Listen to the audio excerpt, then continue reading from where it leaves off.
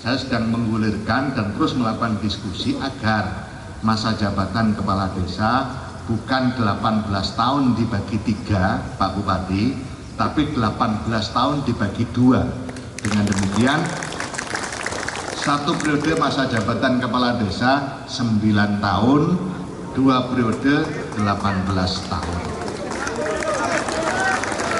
Kenapa ini kami gulirkan? Karena setelah kami dalami betul, Pak Bupati, mohon maaf, bukan kemudian bupatinya aja 5 tahun, masa kepala desanya 9 tahun.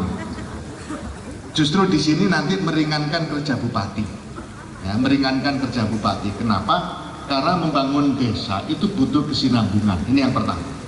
Kalau pembangunan di desa itu berkelanjutan dan berkesinambungan, maka progres pembangunan itu pasti naik. Kalau di grafik begitu akan naik. Nah, kalau 6 tahun dari hasil pendalaman saya itu begini, menjabat periode pertama naik, terus kalah di periode pertama, ganti kepala desa, turun lagi. Kalau masih bertahan 2 periode naik, periode ketiga kalah, turun lagi. Nah, kita tidak ingin 18 tahun itu grafik pembangunan desa naik turun. Kita ingin grafik pembangunan desa naik terus. Makanya kita coba dulirkan, dan tentu nanti ujung-ujungnya adalah perubahan undang-undang, dan kita sudah komunikasi terus dengan teman-teman di DPR agar periodisasi kepala desa tetap 18 tahun, tapi tidak dibagi 3. Kalau sekarang kan 18 dibagi 3, sehingga 1 periode 6 tahun.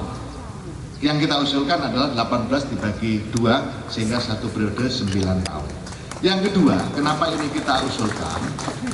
Pemilihan kepala desa itu lebih rumit daripada pemilihan bupati.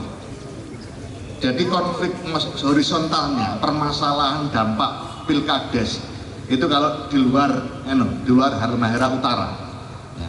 Kalau di Jawa itu pemilihan kepala desa lebih rumit, lebih berat bebannya dibanding pemilihan bupati, gubernur. Kenapa? Karena pendukungnya itu cukup fanatik kalau kepala desa.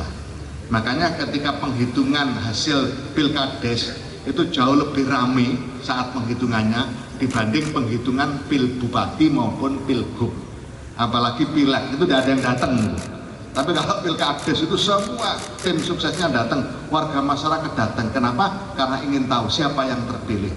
Kenapa begitu? Karena kedekatan. Warga masyarakat dengan kepala desa itu jauh lebih dekat, mohon maaf Pak Bupati, dibanding warga masyarakat dengan bupati, apalagi dengan gubernur, lebih-lebih dengan menteri, jauh banget. Nah, oleh karena itu kedekatan inilah yang kemudian menjadikan permasalahan cukup mengkristal dampak dari pilkades.